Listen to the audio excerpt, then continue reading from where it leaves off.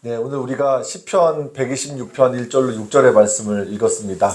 오늘은 추수감사주일입니다. 제가 전에 한번 인용한 적이 있었는데요.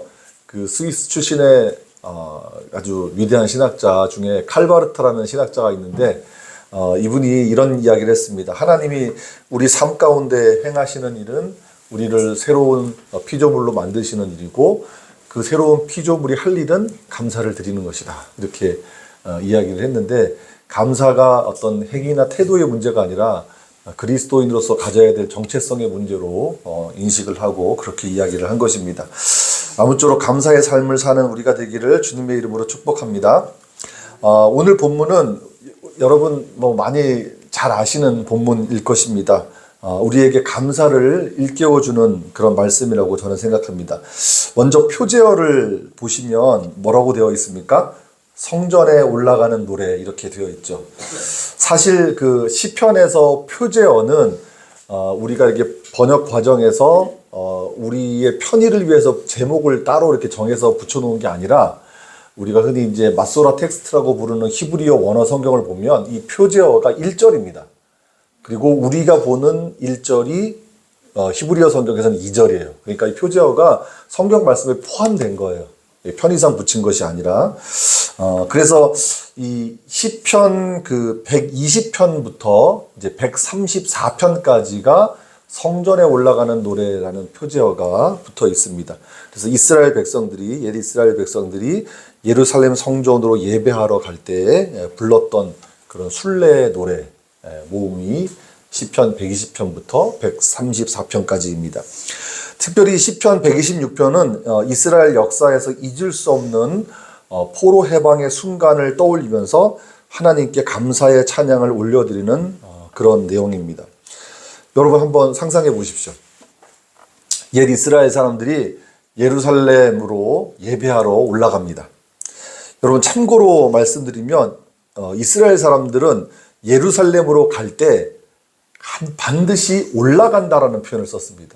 그러니까 지도상으로 보면 저 갈릴리 같은 북쪽 지방에서 예루살렘으로 가는 건 내려가는 건데 그들은 예루살렘으로 갈 때는 올라간다라고 표현했어요. 그래서 성경에 항상 올라간다라는 표현으로 나오거든요. 왜 그런지 아십니까? 이스라엘이가 이렇게 해발 고도상 예루살렘이 조금 높은 지역이기도 하지만 사실은 그보다는 하나님의 처소가 있는 예루살렘, 그래서 하나님의 성전으로 향할 때는 항상 올라간다라는 표현을 썼습니다. 어쨌든 이 옛 이스라엘 사람들이 바벨론 포로 해방의 순간을 떠올리면서 온 민족과 함께 기뻐했던 날, 꿈만 같았던 그때를 회상하면서 노래를 부르는 겁니다. 이스라엘은 부침이 참 많았던 나라죠.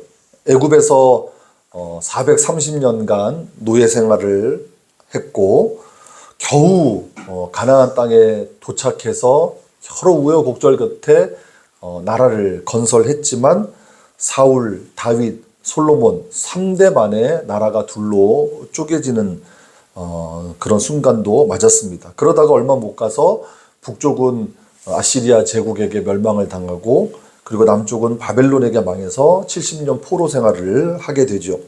오늘 본문은 그 포로 생활을 끝내고 돌아오는 것을 배경으로 하고 있습니다. 그러니 그 당시 이스라엘 백성들의 마음이 얼마나 기뻤겠으며 또 그때를 회상하는 이스라엘 백성들의 마음이 얼마나 좋았겠습니까? 우리나라도 비슷한 경험이 있지 않습니까? 일본의 식민지로 있다가 1945년 해방되었을 때 우리 민족의 마음도 지금 이 시편에서 이렇게 고백하는 이스라엘 민족의 마음과 다르지 않았을 것입니다. 1949년에 발표된 우리나라 대중가요 중에 귀국선이라는 노래가 있습니다. 해방된 이후에 일본에서 또 중국에서 또 멀리 남방에서 살던 동포들이 고국으로 돌아오는 감격을 표현한 노래인데 가사가 이렇습니다.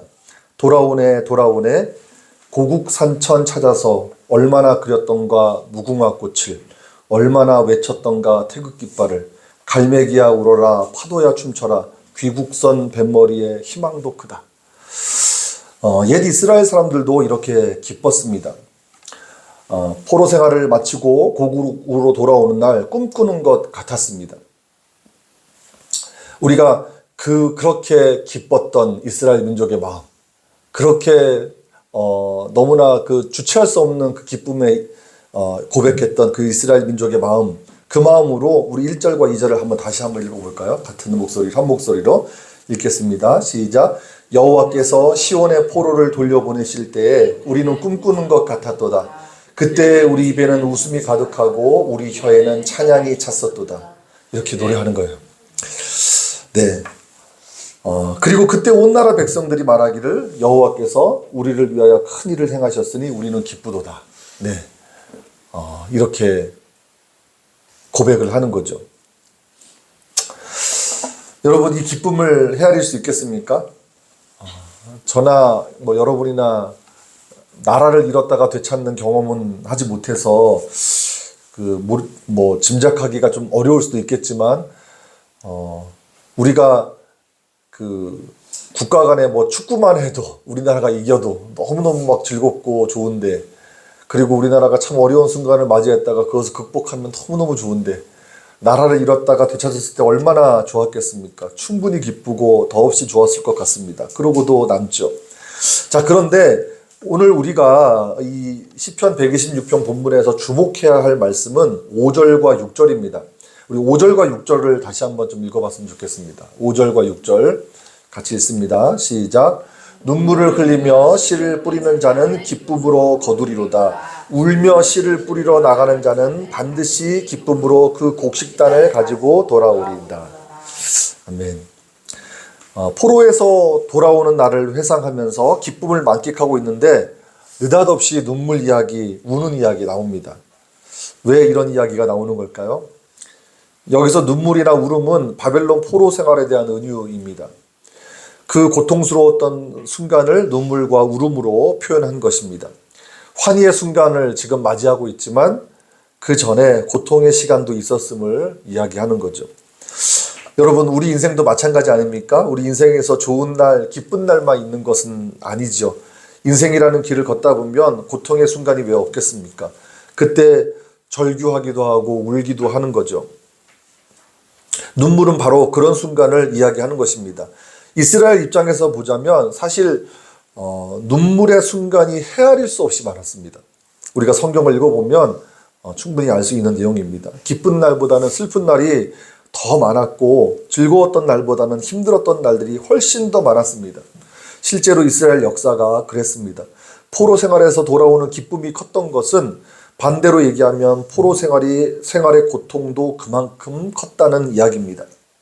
그러나 여기서 중요한 것은 그 고통의 순간에 그들이 씨를 뿌렸다는 사실입니다. 여러분, 씨가 무엇입니까? 씨는 식물을 만들어내는 작은 종자입니다. 만약 그 씨를 어떤 씨든 우리 손바닥에 올려놓고 보면 아무것도 할 수 없는, 보잘것없는 작은 미물에 불과한데 그 씨에는 희망이 있고 소망이 있지 않습니까? 훗날 아름답고 풍성한 열매를 맺는 그런 생명이 되기 때문입니다. 우리 손바닥에 올려져 있을 때는 아무것도 아닌 것 같지만 그것을 땅에 심고 물을 주고 가꾸다 보면 그것이 자라서 열매를 맺는 모습, 생명을 싹 틔우는 모습을 우리가 보지 않습니까? 그러므로 고통의 순간에 씨를 뿌렸다는 것은 희망의 끈을 놓지 않고 살았다는 이야기입니다. 도저히 회복될 것 같지 않았던 순간에도 미래를 기약하면서 또 새로운 날을 바라보면서 하나님의 약속, 하나님의 말씀을 붙들었다는 이야기입니다. 그러면 기쁨으로 열매를 얻을 때가 온다는 말씀이 바로 5절과 6절의 말씀입니다. 누가복음 6장의 평지설교 부분을 우리가 읽어보면 예수님께서 유대 백성들을 위로하는 말씀이 있습니다. 그 중에 이런 말씀이 있습니다. 지금 줄인 자는 복이 있나니 너희가 배부름을 얻을 것이며 지금 우는 자는 복이 있나니 너희가 웃을 것이며. 예수님께서 이 말씀을 하셨을 때 이 말씀은 비유로 하신 말씀이 아닙니다. 실제로 예수님 당시에 유대 백성들의 형편이 참담했습니다. 굶주림에 허덕이는 경우가 많았고 집 없이 떠도는 사람들도 많았습니다. 실제로 그들에게는 희망이 없었습니다. 그런데 하나님의 아들 예수 그리스도께서 그들과 함께 하시면서 그들을 위로하시면서 희망을 주시는 겁니다. 지금 굶주린 사람은 배부를 것이고 지금 울고 있는 사람은 웃게 될 것이라고 말씀합니다. 지금 가난한 사람은 하나님 나라를 누리게 될 것이라고 가르칩니다. 희망이 없는 사람들에게 희망을 심어주셨던 겁니다. 어떻게 희망을 심어주셨습니까? 하나님의 말씀을 믿고 예수님을 그리스도로 받아들이는 사람들에게 희망을 심어주셨던 겁니다. 예수님을 주님으로 고백하고 살아계신 하나님의 아들로 믿는 사람들에게 희망을 심어주셨던 겁니다. 예수님은 바로 그런 믿음의 고백 이외에 교회를 세우시겠다고 말씀하셨고, 그리고 그 고백 위에 세워진 교회가 희망의 공동체가 되는 것입니다. 옛 이스라엘 사람들이 암흑과 같았던 포로 생활을 마치고 돌아올 수 있었던 것은 하나님의 말씀을 붙들었기 때문입니다. 비록 모든 사람들이 그렇게 하나님의 말씀을 붙든 것은 아닙니다. 일부의 사람들이었지만 약속의 말씀을 신뢰했기 때문입니다. 그게 희망의 씨를 뿌리는 행동이었던 거죠. 예레미야 25장 12절에 보면 예레미야가 예루살렘 사람들에게, 유다 백성들에게 이렇게 예언합니다. 여호와의 말씀이니라. 70년이 끝나면 내가 바벨론의 왕과 그의 나라와 갈대아인의 땅을 그 죄악으로 말미암아 벌하며 영원히 폐허가 되게 하리라.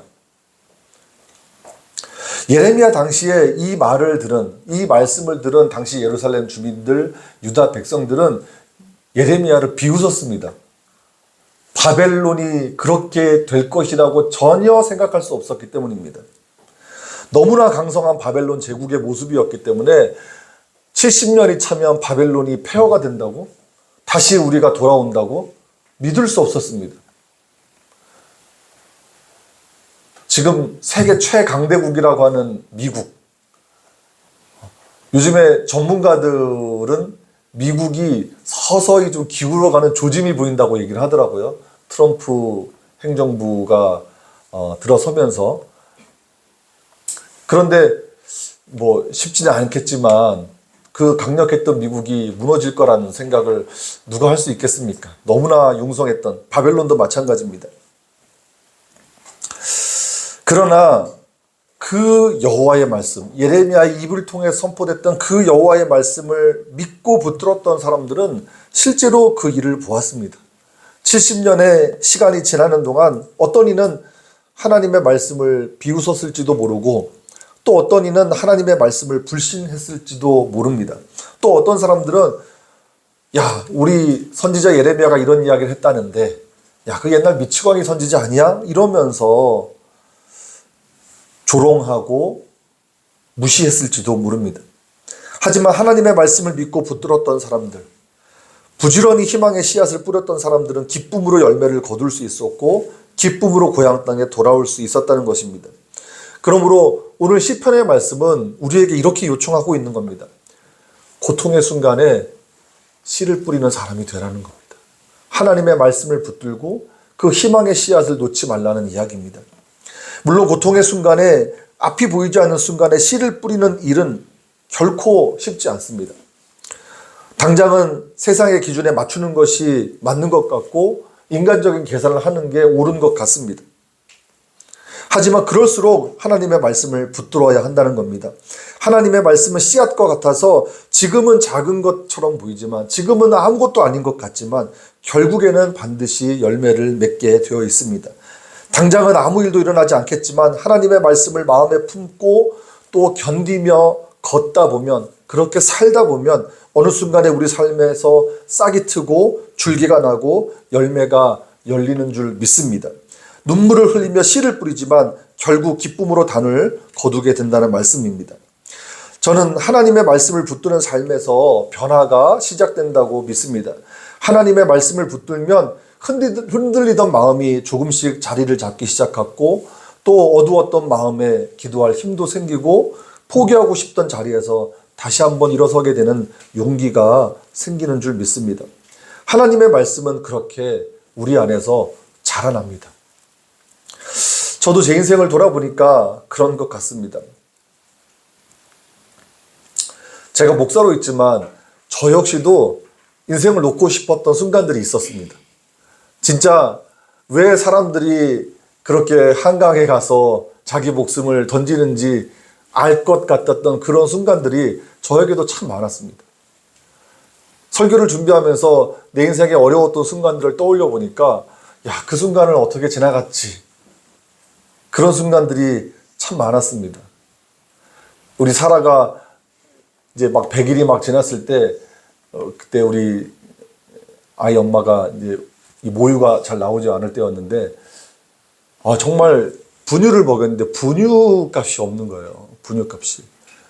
분유를 살 돈이 없어가지고 그때 편의점에서 그 토들러 배지밀 팩으로 된 거 사서 며칠간 먹였다가 누가 몇만 원 주는 돈을 받아서 또 분유를 겨우 샀던 그런 기억들. 집이 이렇게 그 교육전도 사역하면서 나왔다가 집이 없어서 몇 개월간 그렇게 남의 집살이 했던 순간들. 그 어려웠던 순간들이 참 많았습니다. 그런데 생각해 보니까 그래도 하나님의 말씀이 어려움 속에서 나를 버티게 했던 것 같고 또 다시 걸어가게 했고 마침내 웃게 만들었던 것 같습니다. 그러므로 지금 우리에게 필요한 것은 기적이 아닙니다. 우리가 어려우니까 힘드니까 기적이 일어났으면 좋겠죠. 우리가 생각지도 못했던 어떤 도움이 있었으면 좋겠죠.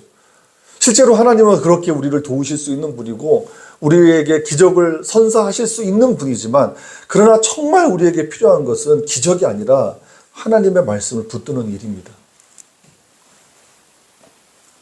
하나님의 말씀을 우리 마음밭에 심는 일입니다. 비록 눈물이 흐르는 순간일지라도 말씀의 씨를 우리 마음밭에 심는 일입니다.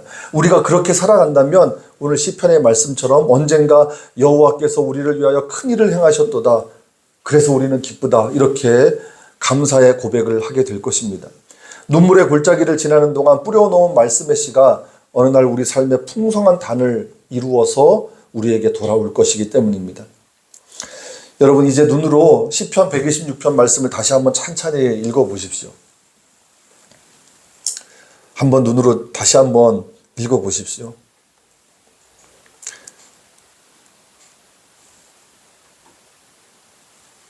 제가 서두에서 말씀드린 것처럼 이 시편이 왜 감사를 일깨워주는 말씀인지 알 수 있습니다. 이스라엘 백성들이 포로에서 돌아오는 날 그들의 입에는 웃음이 가득했습니다. 찬양이 넘쳐났습니다. 그런데 그들의 웃음과 그들의 기쁨은 하루아침에 생긴 것이 아니었습니다. 보이지 않았던 날들 속에서 절망의 골짜기를 지나는 동안에 눈물을 흘리며 씨를 뿌렸던 시간이 있었기 때문에 그 눈물 위에 하나님이 기쁨을 심어주신 것입니다. 그러므로 감사는 열매이기 전에 씨를 뿌린 사람들에게 주어지는 하나님의 선물이라고 생각합니다. 우리가 성경을 보면 하나님은 언제나 말씀을 붙든 사람들의 삶에 열매를 주셨습니다. 그리고 비록 눈물과 기다림의 시간을 통과했지만 하나님의 말씀을 마음에 품고 살았던 사람들은 하나님이 허락하신 열매 앞에서 감사하는 사람들이었습니다. 아브라함이 가장 대표적인 인물이라고 저는 생각합니다. 그러므로 눈물을 흘리는 삶이라고 좌절하거나 포기하는 우리가 되지 않기를 바랍니다. 오히려 그 시간에 하나님의 말씀을 마음에 새기는 우리가 되기를 원합니다. 지난주 말씀을 나누었던 것처럼 하나님의 말씀이 내 존재를 구성할 수 있도록 그렇게 말씀을 먹는 우리가 되기를 원합니다. 그렇게 살아가다 보면 언젠가 하나님의 때가 되면 기쁨의 단을 거두게 될 것입니다.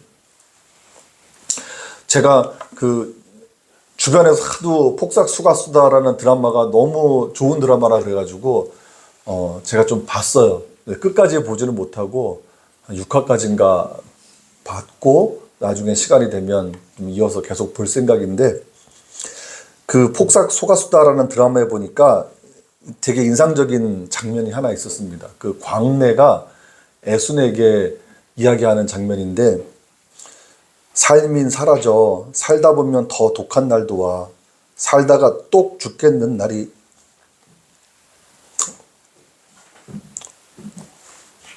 오거든 죽어라 발버둥을 쳐.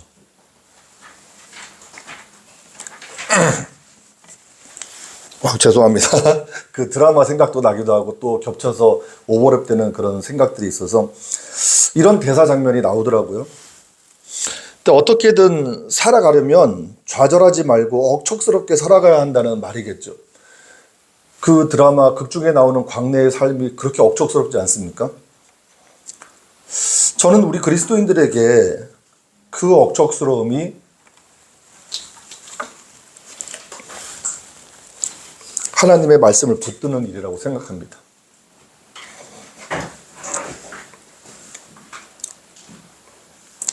세상 사람들도 살려고 발버둥을 치는데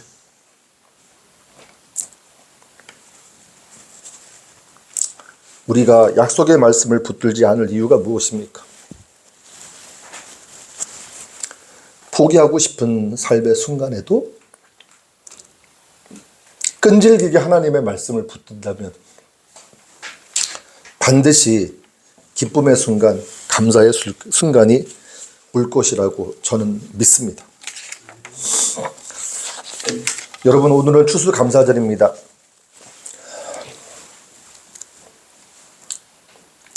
이 감사의 절기에 하나님의 말씀이 희망인 것을 새기는 하루가 되었으면 좋겠습니다. 하나님의 말씀을 믿고 날마다 우직하게 성실하게 세계 한 걸음 한 걸음 걸어가는 우리 모두가 되기를 주님의 이름으로 축복합니다. 눈물을 흘리며 씨를 뿌리는 자는 기쁨으로 거두리로다. 울며 씨를 뿌리러 나가는 자는 반드시 기쁨으로 그 곡식단을 가지고 돌아오리리다. 여러분, 이 말씀을 믿으십시오. 비록 눈물을 흘릴 수밖에 없는 상황이더라도 그 눈물에 집중하지 마시고 희망의 씨앗, 하나님의 말씀에 집중하시는 여러분들이 되기를 주님의 이름으로 축복합니다. 그러면 하나님께서 반드시 열매를 거두게 하실 것이고 우리는 그 열매 앞에서 감사의 노래, 찬양을 올려드릴 것입니다. 우리 찬송가 496장 찬송하겠습니다.